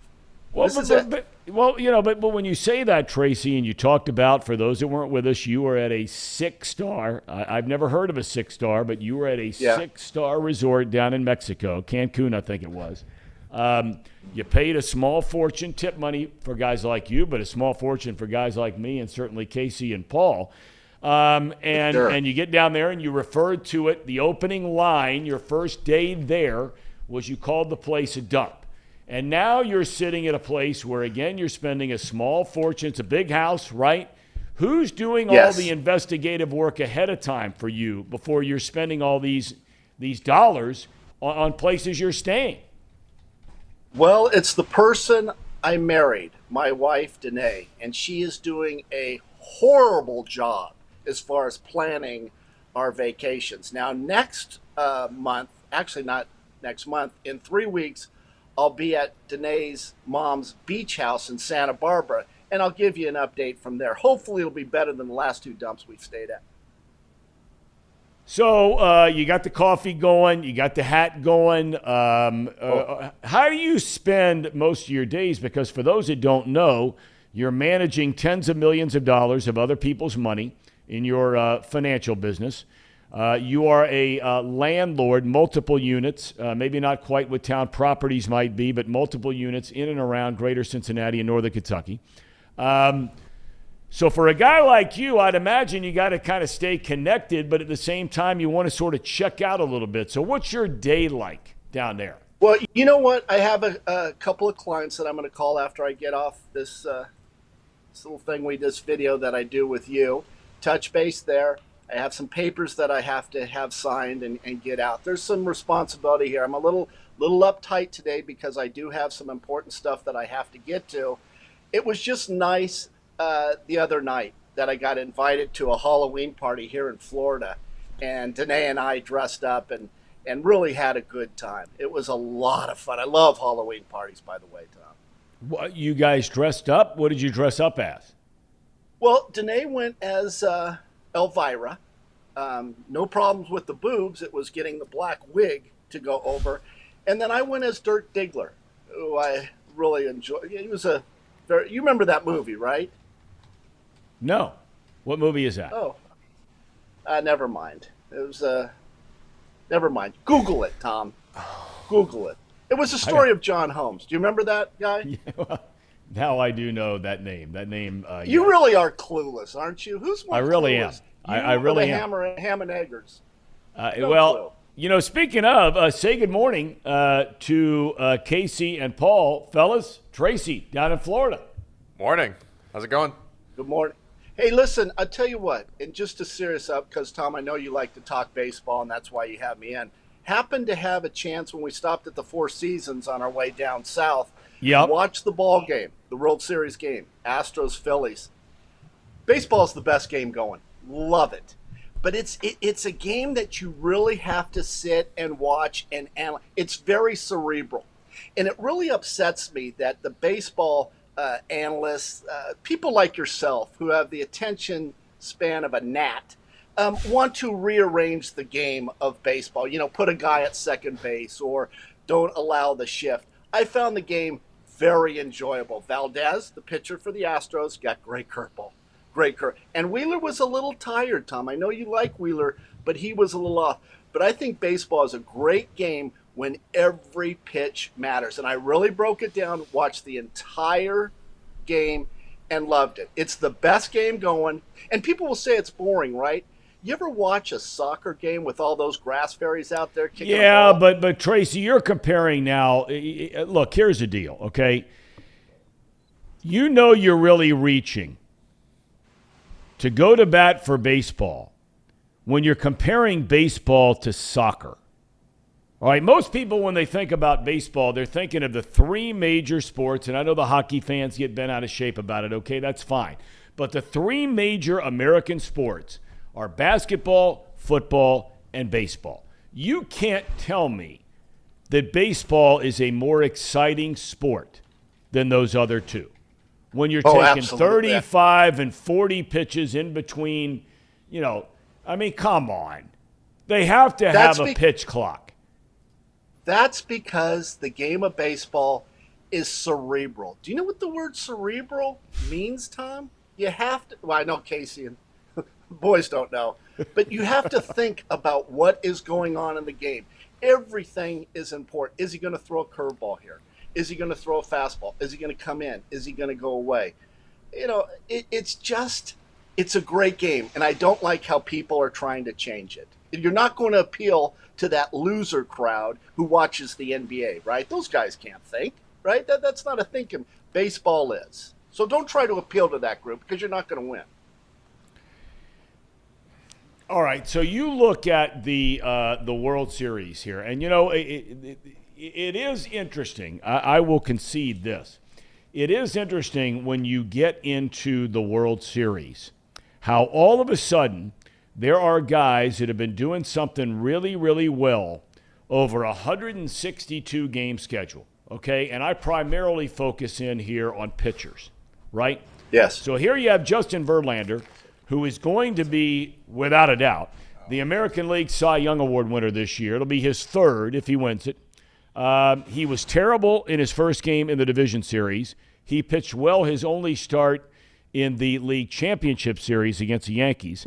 And then he can't hold, as a number one starter, a 5-0 lead in game one. You have Aaron Nola, and you mentioned Zach Wheeler, who have been as good as any 1-2 punch on any team in Major League Baseball, maybe the Mets notwithstanding when they have Scherzer and DeGrom healthy. But all of a sudden, these two guys, and you said maybe tired. And I think that is a valid point, that you're getting near the end of this season. You're at the end of this season, and you've got some of the biggest stars in the game, and you wonder how much they have left in the tank, at least as far as starting pitchers go. And that's a good point. And I think having the rain out yesterday or last night is going to help. I got to say it's going to help the Phillies, because what I saw with Zach Wheeler, he really looked tired. He wasn't spotting his pitches at all. And he does have really good stuff, Tom. I agree with you. I think giving him more days off, but also maybe pushing back Verlander. I think Lance McCullers Jr. is going tonight.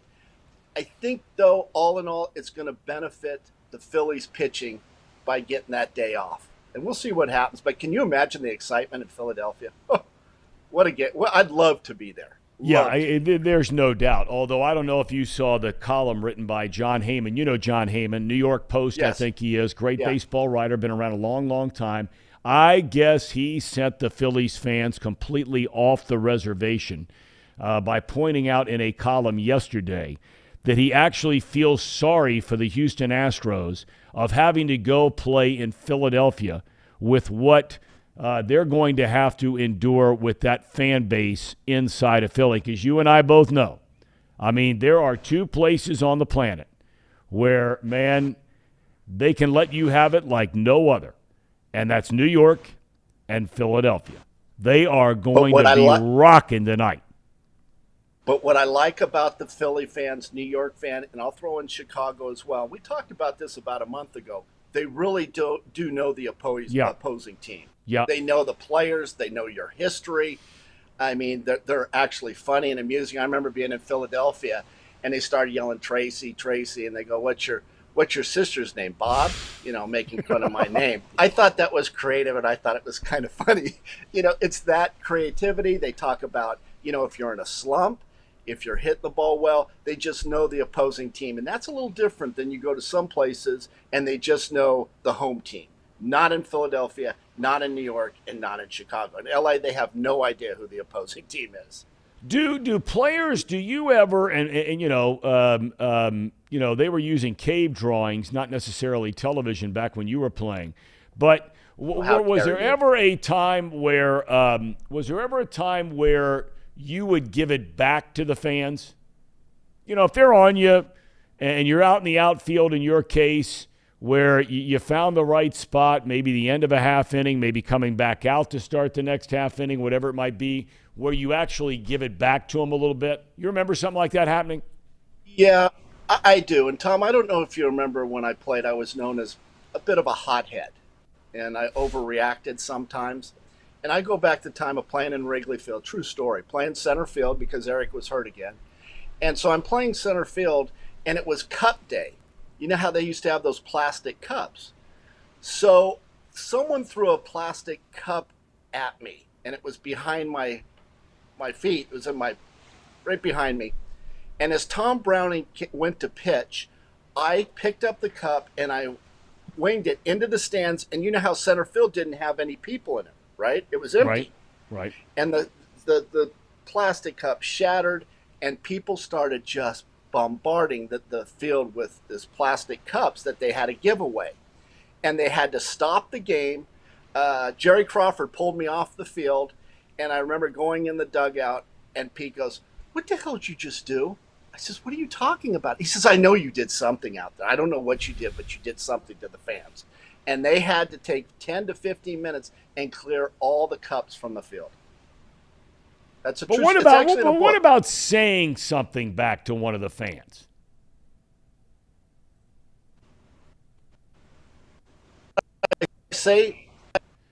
I mean, you might be breaking up on us. Have you ever gotten into a verbal exchange with any of the fans? Anything like that?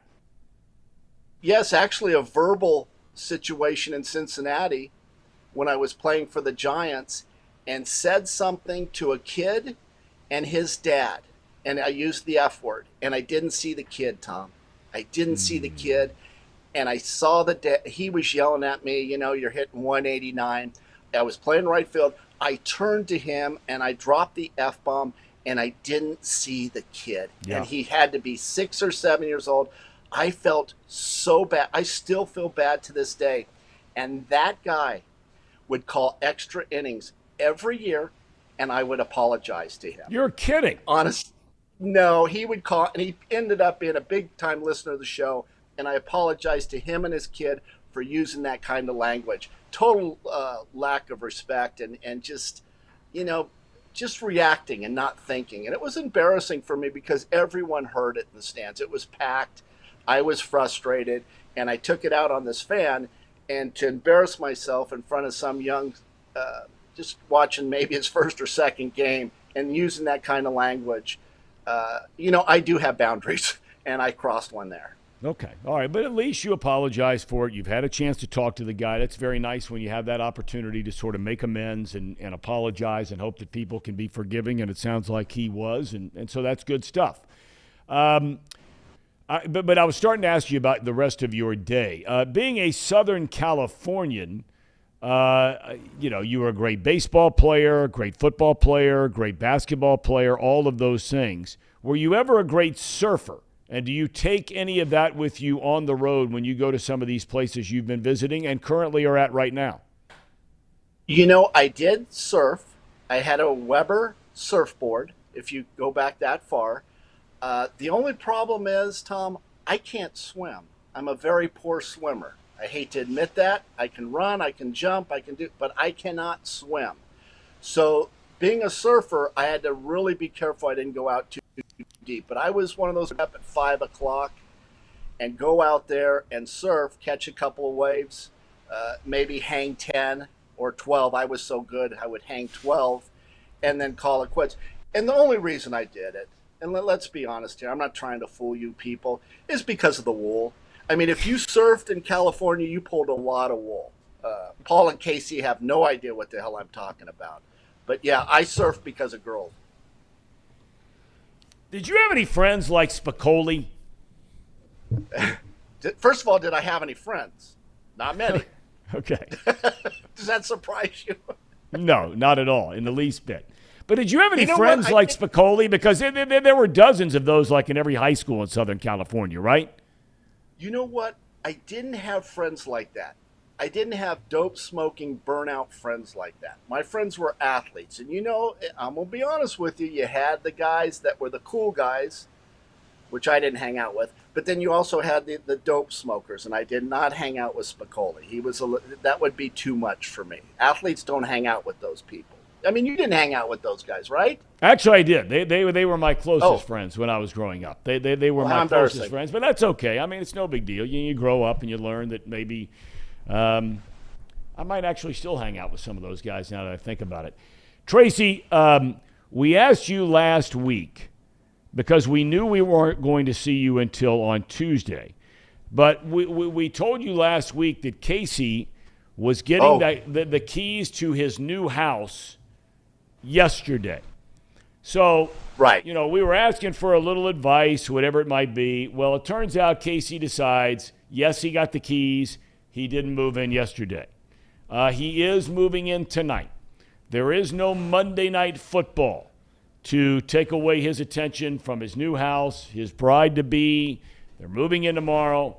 Can you add anything perhaps now on a free, clear Tuesday night outside of the World Series, but Casey doesn't care about that, of how his night should go? Casey, you got your ears open over there? Yep. All right. Tracer? Yeah, well, Casey, what I would do is I would get I would have your drink of choice. I don't know if that's Old Milwaukee, maybe Mickey's Big Mouth, maybe some Boone's Farm. But get her all liquored up, because get her all liquored up. I'm sure you guys have some wild times like I did with Danae the other night when she dressed as Elvira and I was Dirk Diggler. Google that, Tom, will you please?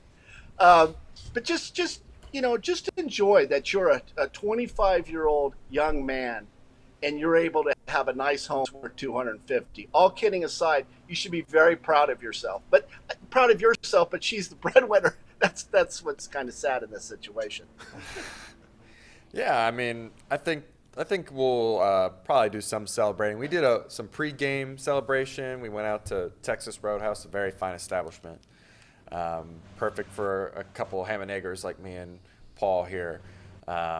So we went out and celebrated a little bit, and then we're going to move in some of the boxes today.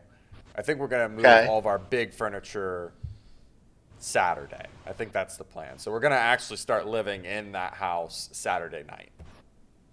Now, the Texas Roadhouse, is that like Ponderosa or Golden Corral? It's kind of like that, but it's they have them all over, and I understand they're really good. They are really good. What do you get there?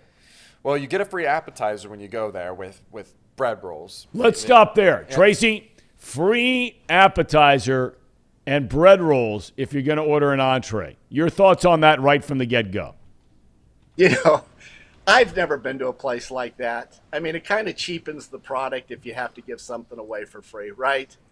I mean, you want an upcharge.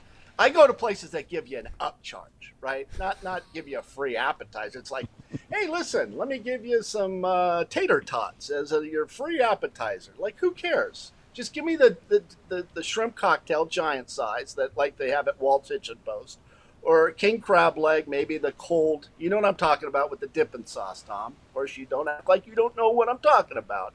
But I do like tater tots too. I got to tell you, I love tater tots. But go ahead. No, just the whole going to a place like that. That's high end for you. It's nice. It's nice. It's nice, but that's all you know, right? That's all you know. You that's don't all know we any like. Better. Yeah, it satisfies our needs. Yeah. Okay, so go ahead. So you get the appetizer for free. You get the bread rolls, right? Yep, and then my fiance and I, we get bone-in ribeyes. Ooh, boy. Bone-in ribeyes and house salad. Yep, and we get some fries or some tater tots or some baked potato skins. What kind of dressing do you get on your salad? Ranch. Oh, ranch. Yeah. Ranch is very common. Yeah. Yeah. I get Caesar salad with anchovies. I'm used to having a Caesar salad made at my table with crushed anchovies. You know where Caesar salad came from? Who originated the Caesar salad? If anyone gets this, I'll give you $100.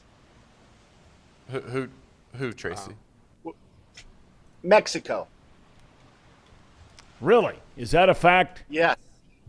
Look at here. Google it, Tom. Did you finally get to Dirk Diggler? I did. We moved on. We moved on. We've moved on. Okay, Mexico. Where did it originate? Caesar salad. Well, let's take a look. I mean, Caesar, the history is it goes back actually, Tracy, an Italian immigrant who operated restaurants in Mexico. There we go. Just remember who you're talking to. I am a Renaissance. And his name is Caesar or Cesar. His name, it comes from Caesar Cardini, an Italian immigrant who operated restaurants in Mexico and the United States. His daughter Rosa recounted that her father invented the salad at his Prohibition-era restaurant in Tijuana, Mexico on the 4th of July.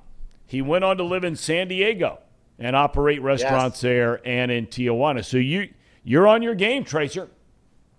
Yeah, I mean, a Renaissance man. Got 94 on my Series 7 test.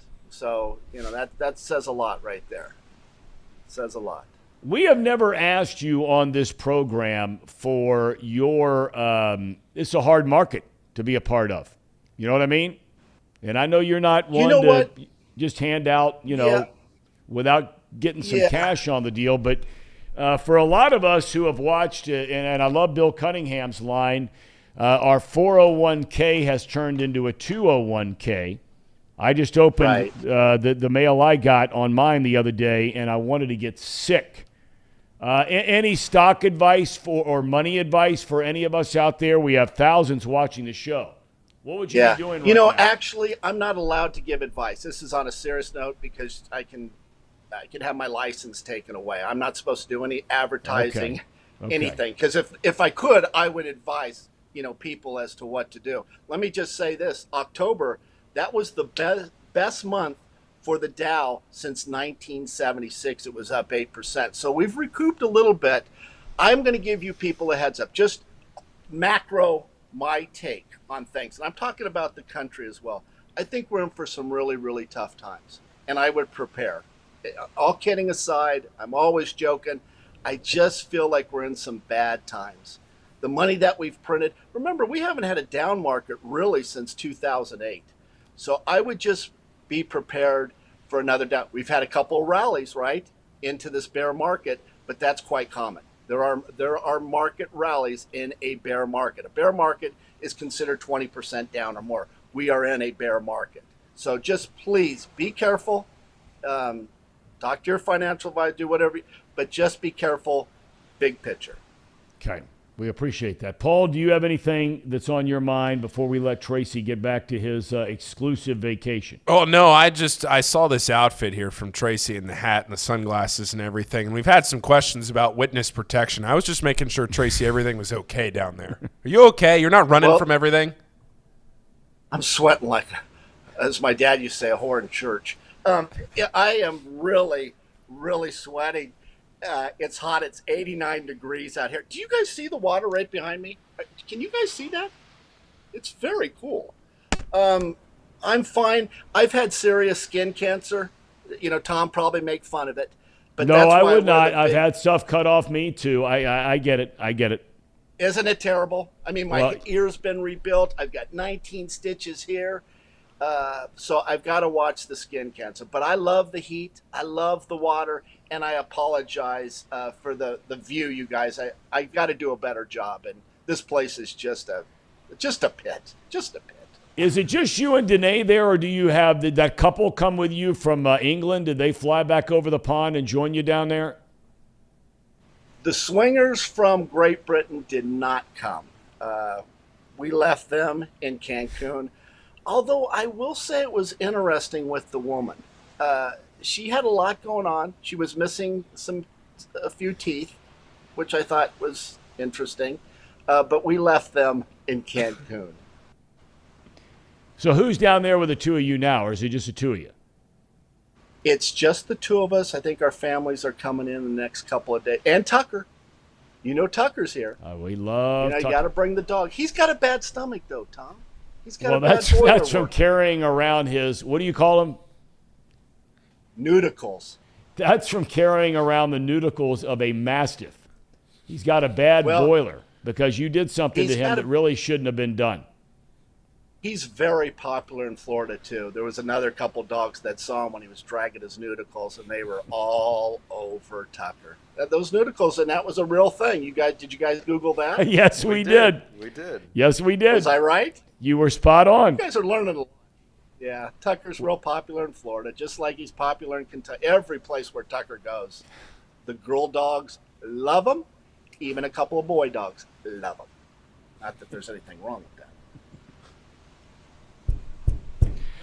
Tracer, enjoy the rest of your vacation at your exclusive haunt along the western edge of the Florida coast. And let me just say, the Bengals, they got to do something about that offensive line. I didn't get a chance to watch the game because my cable's out. You spend $10,000, you think you'd get cable. But they've got to do something about that offensive line. They got to spend some money on that offensive line next year, don't they? Well, the problem, yeah. I agree, Tracy. I agree. Jeez. Spend some money. All right, fellas, tell Tracy goodbye. Bye, Tracy. Tracy, enjoy your week. See you, Paul. You guys take it easy. All right, Tracy. By the way, one more thing. Yeah. You guys are doing a great job. Thank you. Thank you, Tracy. We appreciate that. They're on their game. We're trying. That Tracy means Jones. absolutely nothing. Glass half full kind of guy is a Tracer. That's why we love him. Glass half full kind of a guy. So we thank Tracy Jones for his time, and he's back to his vacation. I mean, look at him. He's looking good. Yeah. Always is. Good. Always is. We love the Tracer. So do we have a cherry on top before we get out of here today? Yeah, I'm going to pitch it back to Brandon as our cherry on top today for the Mental Game Podcast launching tonight. Okay. Just want to give him one more one more shout out for the people that maybe were tuning in here to the end, that the Mental Game Podcast, Brandon Sejo's podcast, is launching tonight at 8. You can subscribe on his YouTube channel, the Mental Game Podcast, and all the podcast platforms too. Okay, I want to thank everybody from Jolly, Reed, Sir Boy Wonder, USA veteran retired. We always say thank you for your service. We always thank those that have, that are, and that will serve in the United States military. I mean, they just AJ, Andrew, purchasing GSS. We thank all of you for joining us each and every day. Tomorrow, I'm really looking forward to tomorrow. I got some work to do tomorrow, or tonight, to get ready for Bronson Arroyo. I made the comment the other day when he was elected into the Reds Hall of Fame, and that induction will be this summer, that he was one of the coolest athletes I've ever been around. And it's easy to say. I mean, everybody thinks Bronson Arroyo is cool, right? I mean, the band, the hair, the way he goes about his business, the way he used to pitch, big high leg kick, different arm angles.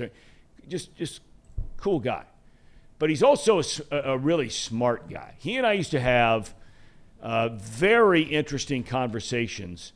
And the only time you travel with a Major League Baseball team where the staff ends up on the same bus as the players, because normally when you land and there's two buses on the tarmac, right, or after the last game of the series when you're going to the airport, it's players on one bus, maybe one coach, and then the coaches, the trainers, the broadcasters, the ancillary people are on another bus.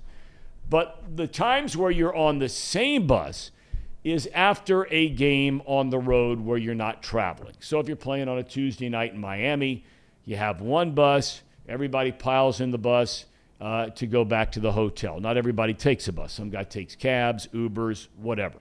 But it seemed like dozens of times Arroyo and I would sit next to one another and start having conversations about, baseball. He was very interested in the semantics of broadcasting, like who critiques the broadcasters, what do they say to broadcasters.